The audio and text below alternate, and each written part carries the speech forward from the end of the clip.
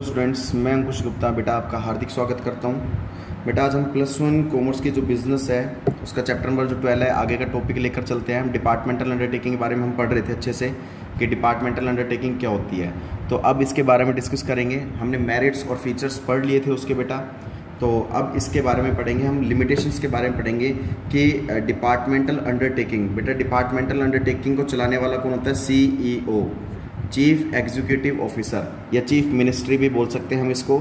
अच्छा, इस पर पूरा अधिकार किसका होता है? डिपार्टमेंट पर गवर्नमेंट का होता है, क्योंकि गवर्नमेंट इसको गवर्नमेंट के हैंडल होता है, गवर्नमेंट के हैंडओवर होता है ये, तो गवर्नमेंट ही सारे रूल्स रेगुलेशंस इसके बनाती है, लेकिन इसको चलाने वाला कौन होता है? CEO, chief executive officer. ठीक है, अब इसकी लिमिटेशंस क्या है? तो बेटा इसकी जो डिपार्टमेंटल अंडरटेकिंग की जो पहली लिमिटेशन है वो है बेटा कि lack of prompt action. Lack of prompt action मतलब यहाँ पर डिसीजंस जो भी लिए जाते हैं बेटा वो गवर्नमेंट के थ्रू लिए जाते हैं। और जो भी देखो बिजनेस को चलाने वाला कौन है? गवर्नमेंट चलाती है। ठीक है, गवर्नमेंट सारा देखभाल करती है इसमें। तो जो भी यहाँ पर बिजनेस से रिलेटेड डिसीजन लिए जाते हैं वो उसमें बहुत ज़्यादा समय लग जाता है, तो यहाँ पर तुरंत एक्शन नहीं लिया जाता। बहुत इसके प्रोसीजर्स होते हैं, फॉर्मेलिटीज़ करनी होती है, डॉक्यूमेंट्री, जिससे कि डिसीज़न लेने में एक गवर्नमेंट को बहुत ज़्यादा टाइम लग जाता है। ठीक है, नेक्स्ट आता है बेटा lack of flexibility. Lack of flexibility का मतलब क्या है?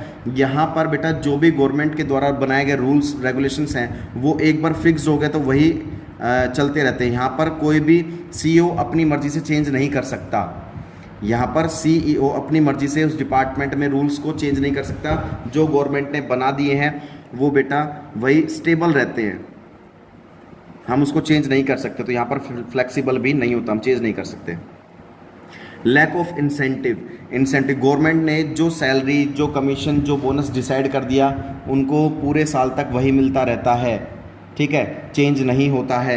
यहाँ पर प्राइवेट सेक्टर में तो क्या है, आप जितना अच्छा काम करोगे आपकी एफिशिएंसी को देख के आपका इंसेंटिव भी बढ़ जाता है, आपकी सैलरी, बोनस, कमीशन बढ़ा दिया जाता है। लेकिन बेटा यहाँ पर गवर्नमेंट सेक्टर में जो एक बार गवर्नमेंट ने सैलरी, बोनस, कमीशन डिसाइड कर दिया है वही मिलता रहता है, चेंज नहीं होता है। फोर्थ आता है बेटा lack of competitive feelings. Competitive feelings क्या होती है? यहाँ पर कंपटीशन, जो पब्लिक सेक्टर होता है, गवर्नमेंट सेक्टर होता है, वहाँ पर कंपटीशन की जो फीलिंग्स होती है, भावना होती है, वो बहुत कम होती है, क्योंकि सभी को पता है कि हम काम चाहे कम करें चाहे ज़्यादा करें, हमारी सैलरी फिक्स है, हमें इतनी तो मिलनी है। तो यहाँ पर आपस में कॉम्पिटिशन की भावना भी बिल्कुल कम होती है यहाँ पर। ठीक है बेटा, एंड लास्ट होता है मोर पॉलिटिकल इंटरफेयर। मतलब यहाँ पर जो पॉलिटिकल पार्टी होती है, क्योंकि देखो इसको चलाने वाला कौन होता है? CEO, chief executive officer. तो यहाँ पर गवर्नमेंट का है सब कुछ, गवर्नमेंट इस डिपार्टमेंट को चला रही है, सब कुछ गवर्नमेंट हैंड ओवर कर रखा है गवर्नमेंट ने। तो यहाँ पर पॉलिटिकल पार्टी का भी इंटरफेयर ज़्यादा होता है। मतलब जो राजनीतिक लोग जो होते हैं वो अपने, जैसे मान लीजिए नई गवर्नमेंट आ गई तो उसने अपने रूल रेगुलेशन चेंज कर दिया। मान लो प्राइम मिनिस्टर चेंज हो गया तो जो प्राइम मिनिस्टर चेंज हो उसने अपने रूल रेगुलेशन बना दिए। मान लीजिए हमारी स्टेट गवर्नमेंट चेंज हो गई तो स्टेट गवर्नमेंट के अपने अलग से रूल हो गए। तो यहाँ पर पॉलिटिकल पार्टी का ज़्यादा इंटरफेयर होता है। ठीक है, तो ये था बेटा डिपार्टमेंटल अंडरटेकिंग की लिमिटेशंस। ठीक है, अब पहला टॉपिक डिपार्टमेंटल अंडरटेकिंग बिल्कुल खत्म हो चुका है आपका। अब सेकंड टॉपिक जो आता है वो आता है पब्लिक कॉरपोरेशन। पब्लिक कॉरपोरेशन बेटा क्या होता है मैं बता देता हूँ। ये वही चीज़ होती है जो बिल्कुल सेम एज इट इज़ मैंने डिपार्टमेंटल अंडरटेकिंग में आपको बताई थी। तो ये जो पब्लिक कॉरपोरेशन जो एक्ट बनाया है ये बेटा पार्लियामेंट ने बनाया है। ये या तो स्टेट गवर्नमेंट इसको बनाती है या फिर पार्लियामेंट इसको बनाता है। ठीक है, पब्लिक कॉरपोरेशन को। तो कहने का इसको बनाता कौन है? पब्लिक कॉरपोरेशन को या तो एक स्टेट की गवर्नमेंट बनाती है या फिर पार्लियामेंट बनाता है। ठीक है, अब पब्लिक कॉरपोरेशन वही गवर्नमेंट का होता है सब कुछ। इसमें भी जो डिपार्टमेंटल अंडरटेकिंग में हमने पढ़ा है बेटा वही सेम आपको पब्लिक कॉरपोरेशन में लिखना है, इतना ध्यान रखना।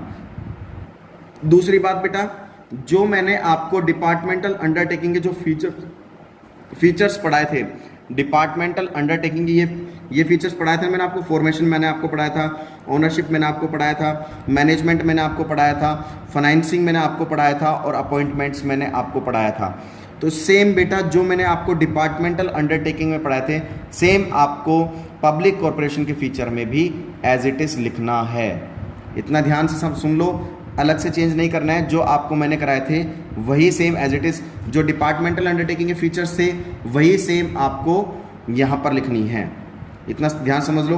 अब मेरिट्स की अगर हम बात करें, मेरिट्स ऑफ पब्लिक कॉरपोरेशन की,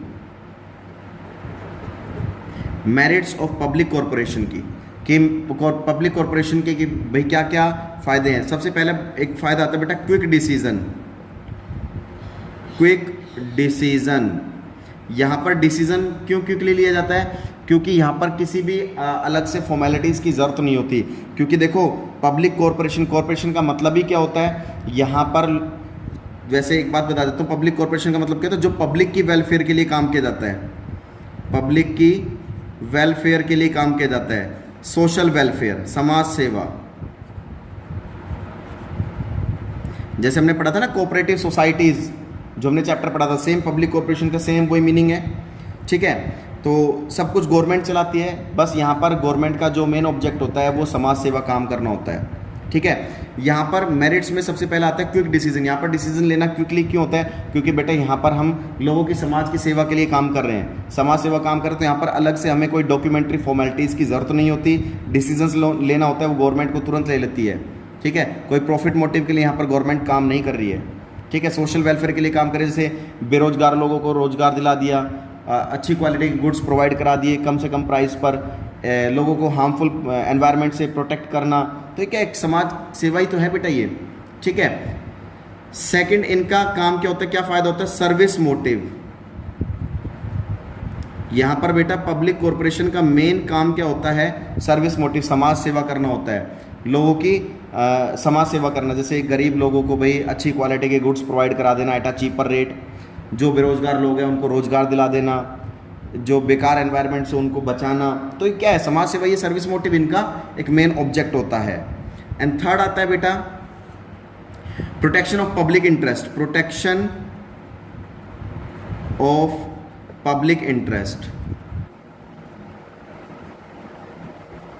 यहाँ पर बेटा जो भी काम किया जाएगा एक पब्लिक की सेफ्टी के लिए किया जाएगा, पब्लिक के अगेंस्ट नहीं किया जाएगा, पब्लिक के फेवर के लिए काम किया। प्रोटेक्शन मतलब बचाना, मतलब पब्लिक को किसी गलत चीज़ से बचाना, उनके फेवर में काम करना, उनके अगेंस्ट काम नहीं करना। तो यहाँ पर पब्लिक कॉरपोरेशन का यही काम होता है। तो इसके 3 मेरिट्स से बेटा, फीचर्स आपको जो डिपार्टमेंटल अंडरटेकिंग के थे वही सेम एज इट इज़ यहाँ पर करने हैं।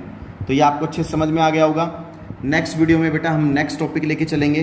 तब तक के लिए आपको ये फेयर नोटबुक में करना है, अच्छे से करना है। आप इसका स्क्रीनशॉट भी ले सकते हैं। ठीक है बेटा, तो तब तक के लिए आपको इसको अच्छे से पढ़ना है, फेयर नोटबुक में आपको करना है। जय हिंद, जय भारत।